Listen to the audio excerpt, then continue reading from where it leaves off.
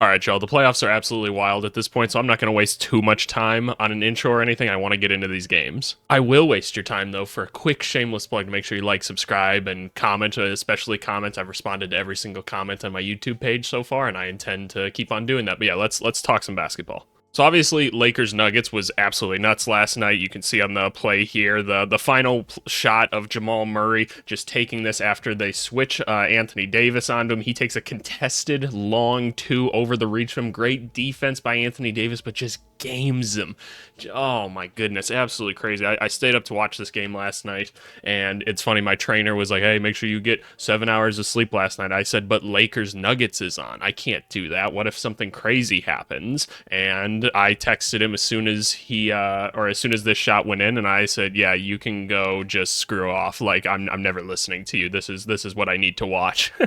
But anyway, this game was so much in favor of the Lakers for like the entire time. It just really looked like the Lakers were finally going to give them that game where they finally beat them in the playoffs for once, and honestly, just like throughout the season, right? It's been pretty much just Nuggets, Nuggets, Nuggets, Nuggets, and the Lakers put together the game plan that I think made the most sense for them to have a chance at winning a game against the Nuggets, and that included a lot of AD early on. We finally saw AD put together two really good games in a row, which was a concern of mine going into it, just because sometimes he just hasn't always showed up for things. But AD was completely dominant. He was even really good against Jokic. Like, he was forcing Jokic to be more of a facilitator, which at the end of the day is just definitely better, because if Jokic is going scoring wise, like, it's just gonna eventually lead to him being a playmaker, because he's a primary playmaker, right? Like, that's what he wants to do first. So when you can take away the scoring, it's always going to be better off for them in the end. Like, Jokic was, when he was getting into the post, AD was deterring him quite a bit early on,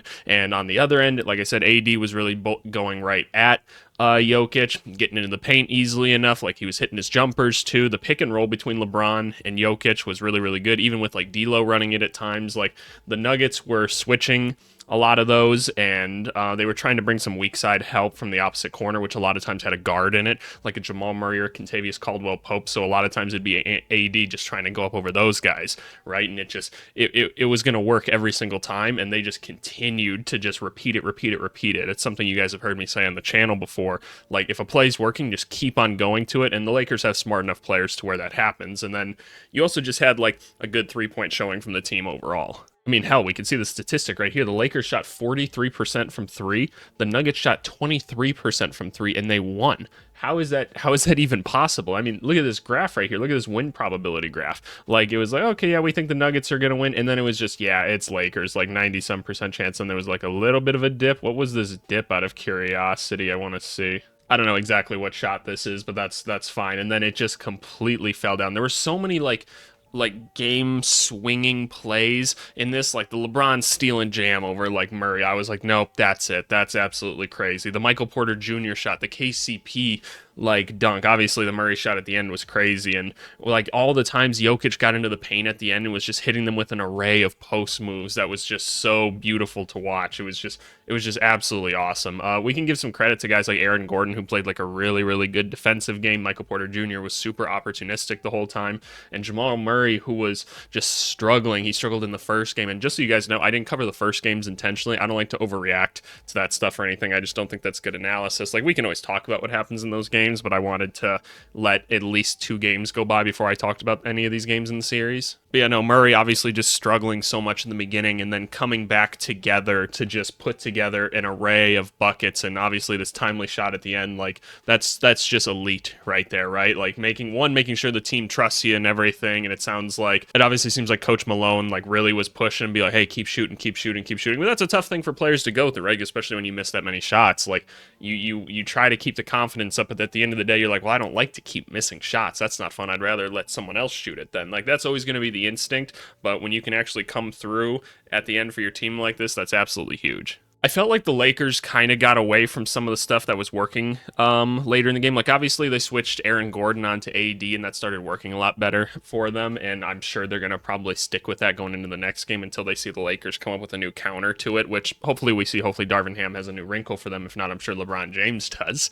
right? But I felt like when they had LeBron come out, and honestly, this was more so the third quarter, when LeBron came out in that stretch, and they just put together some like bad possessions, like back to back to back. Like, there were times where like they didn't get the ball to AD, or sometimes AD took some long twos that didn't fall, or like Torian Prince was kind of the final option on offense, and it was kind of like, what the heck's going on here? And then yeah, going into the fourth quarter, there were times where like the Nuggets defense was just so swarming of them that it just resulted in them taking bad shots, and then the Nuggets would come down and hit clutch shots, and the Lakers would come down and kind of chuck again.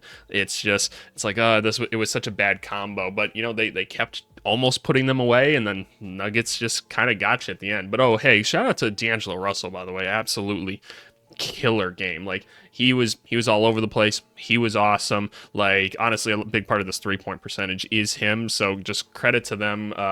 Sorry, Lakers fans. Like it really just seems like the Nuggets fans are just letting you have it right now on Twitter. They're just like, yeah, no, we let you all live for a little bit, didn't we?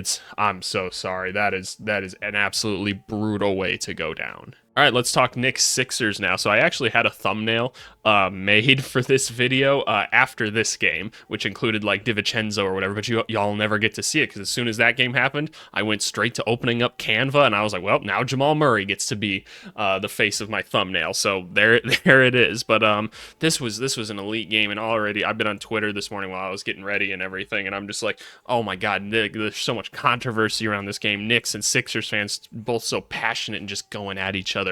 It's like we knew this was going to be a fun series, but wow, is this just an absolute like slugfest. Let's talk Jalen Brunson a bit first. Obviously, like the defense on him's been really, really good. Like the Kelly Oubre, Nick Batum kind of really putting a lot of pressure on him, playing that drop coverage with Embiid or not Hartenstein, B-Ball Paul, whoever's in at center, primarily Embiid, obviously, making him really work in that like mid-range that he really tries to operate in, where he tries to get really shifty and so he can get his floaters and his pull-up twos. They've been all over him, right? And it's been extremely effective. Like Brunson's been turning the ball over more. He's been like, because he's a very aggressive regardless. Like, and that's awesome. That's what you need to be. But they really seem to have it through 2 games. Like, yeah, no, this is how we're going to guard him. And it has been extremely effective so far. On the other end, Tyrese Maxey's been really, really, really good. Obviously, the pick and roll between him and Embiid, similar to that of the Lakers game between like LeBron and AD. The simple just pick and roll 2-man game between Maxey and Embiid has been elite. When you have to involve a third person, primarily Tobias Harris, in the corner, where he hasn't been like extremely effective so far in the series, like if we could just get that going a little bit, Tobias, like that would be huge for this team, because eventually they're going to start sagging off him more because they can't just keep letting him do what he does out there. But man, Maxey and Embiid have just been absolutely elite. And to kind of again talk about like that involving a third person in the 2-man game, right? Like I like Kyle Lowry a lot, and he's been very valuable in the series so far. I really think you have to start Buddy Hield going forward, because a guy like Buddy Hield thrives off having like consistent play time and getting in his shooting flow and getting hot. Like that's a valuable thing. And I know you lose some defense there, but I'd rather have that option offensively, to where when like the Tyrese Maxey and Embiid game starts to collapse a little bit more, you're kicking it out to a guy like Buddy Hield that's just going to be way more reliable from 3 or something. Like if you can put him in that weak side corner, I think that'd be awesome. Again, I don't want to question like Nick Nurse's rotations and everything. Like they all have their reasons for everything. Like I said, Kyle Lowry plays amazing defense. I just think it's going to be more valuable in the long term to have Buddy Hield getting more of those minutes, because I think it maximizes his talents a little bit more, and Lowry can maybe even go all the harder with a few less minutes defensively out there. So maybe he's more of a spark plug for you, but it's just I don't see Buddy Hield thriving in a bench role. That just doesn't seem to be coherent to where like, or to how we actually maximize his game. But yeah, to talk about the game as a whole a little bit more, the Knicks' offensive rebounding wasn't quite as crazy as it was in the first game, but at the end of the game, there was definitely some instances where it was just like, man, Embiid just can't quite get a body on people. He can't quite jump right now. Obviously, he's a little bit hurt. You see him just a little bit dragging at times, but like Mitchell Robinson and Hartenstein were both absolutely awesome. Hartenstein had a really, really good game when matched up with Embiid. Like it was elite. Like it's really cool to see these guys develop, and they both just come in and provide amazing energy throughout the whole game. Even with a guy like Mitch Rob, who like can't even make his free throws or anything, like he's just so impactful by just being like, okay, I'm gonna crash the glass. I'm not gonna force the ball back up or anything, like unless it's absolutely wide open. I'm just gonna get it back out to guys like DiVincenzo, Brunson, Miles McBride, who was having a really good game for them last night. Like there's just there was so much going on between between those guards up top and just having those big men really focusing in on getting those offensive rebounds, it gave them all the more opportunities to come through and win that game. And then just a couple other quick little things, like Kelly Oubre has just got to find a way to be impactful offensively somehow, because he's not the best finisher at the rim, like we all know that, but like we just have to find a way for him to contribute offensively, because it's so important for him to be on the court in guarding Brunson right now, but we have to find a way to get him involved offensively somehow. Like, we have to get him going, because offensively he's just brutal at the moment. And I get it. That's the kind of the unreliableness of Kelly Oubre. That's kind of how he's been throughout his career. But I think for the Sixers to get back into this, and they're going to be fighting for their lives right now, they have to find a way to get Kelly Oubre more involved. And then just shout out Josh Hart, man. Like, Josh Hart has been absolutely dynamic. Like, you talk about offensive rebounding in between the centers. Like, Josh Hart's like the best rebounding guard there is in the NBA. He crashes so hard. He really goes up and like is physical with the Giants. It's awesome. And he's become the 3-point shooter that he used to be. So that's awesome, because he wasn't really like shooting very well throughout the season, and he wasn't really taking those shots. And they were saying in the game that he started to notice throughout the year that he's like, yeah, people are sagging off me a little bit more. It's time for me to start taking some threes again.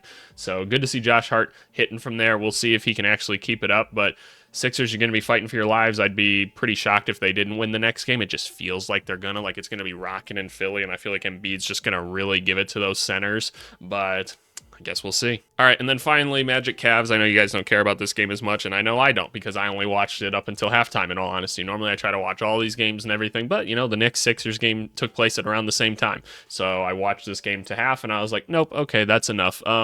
Just to talk about this series quick, this is what we kind of said at the beginning when we did the preview of it. I'm like, the Magic just have holes like on their roster, and they're pretty glaring ones, and there's just a difference in talent between these two teams. It's like the Magic have been a really cool story this year. It's been a super feisty series like we hoped. It's awesome, right? It's awesome to see these two defensive teams like really scrap with each other, really fight with each other. But the Magic have nobody that can hit a three-pointer on this team. And that's been the story the whole season, and it wasn't any different last night. And shout out Gary Harris. He actually contributed in this game. I don't understand having Gary Harris out there, in all honesty, but Suggs going down, at least he was like somewhat of a capable shooter. So that's a struggle. You don't have like a reliable ball handler on this team. Like, Fultz is good, but obviously he's not contributing from deep right now, and he's a little bit turnover prone right now. He's not getting to the rim well, because he kind of does those like delayed where he what's the best way to phrase it? Like, he kind of hits those little like drag step layups, and when you have guys like Evan Mobley and Jared Allen down there, they're like, okay, we're just going to send that back in your face. But I just, there's no like true point guard on the team. Banchero and Franz are having to do so much of it, and the Cavs are just really on both of them right now. I think they both had like a bunch of turnovers. Yeah, they both had 6 turnovers just between them, and you can just tell by the fact, looking at the rest of these, I don't even need to see like the ball handling usage percentages or anything. Like, just from the first half, I can tell you that they were just running everything through those guys. Oh yeah, and them starting Isaac at center, I actually was I was confused about that at first, but I actually kind of like it in a sense. I don't know if it's going to be more valuable to have Wendell, just so that maybe he has a shot at hitting a 3, but like Isaac, like defensively, has been actually pretty good in terms of guarding like Emob and stuff like that. Like, that's probably the best matchup they have for him. But yeah, no, the Cavs just completely out talent them. Donovan Mitchell's been absolutely awesome. They've been like kind of just not guarding him great, and with Jalen Suggs going down, that just really hurts for them. But Garland's been really good at being a primary facilitator for the team. Mobley's been a little more aggressive, which is awesome. Jared Allen got more involved in this last game, especially around the post. They just didn't really have an answer. Like, when guys like LeVert and him are going in the pick and roll, LeVert would attack, dump it off to Jared Allen, easy dunk every time. And like, it just feels like the Cavs are going to keep doing that, because I don't know how Orlando keeps up when they're just allowing them to shoot all these 3-pointers and they just have nobody that can convert. It just seems like a recipe for disaster. It's a shame, because the Magic had a great season and everything, and I shouldn't be talking like it's over, because it's never over. But these two teams, there's just a big gap, and it's just, there's such a glaring weakness for one team versus the other. Magic fans, you should still be happy though. Like, this team's headed in the right direction for once. You got a good coach, and you've got some good players to develop. Like, we gotta get Franz's 3-point shot more reliable. We gotta get just a better team around guys like Banchero that are more like cohesive to him. Hopefully Suggs is okay. I haven't seen any updates on the injury or anything, but hopefully hope he's okay because he got carried off, couldn't put pressure on it. Again, we don't speculate about that stuff here, so let's just hope that he's feeling better. And yeah, I don't know. This one could be done in 4, y'all. I just don't see it happening unless the Magic just really scrap one out somehow and force Cleveland to just go absolutely cold from 3. I don't know. I'm going to assume that Cavs just get it done. Yeah, that's our Monday coverage of the games and everything. Like I said, make sure you subscribe, like, leave a comment. That's my shameless plugs that I just love to say. But anyway, no, appreciate you guys as always, and I'll look forward to covering the next games with you tomorrow morning again. We'll see you. Bye.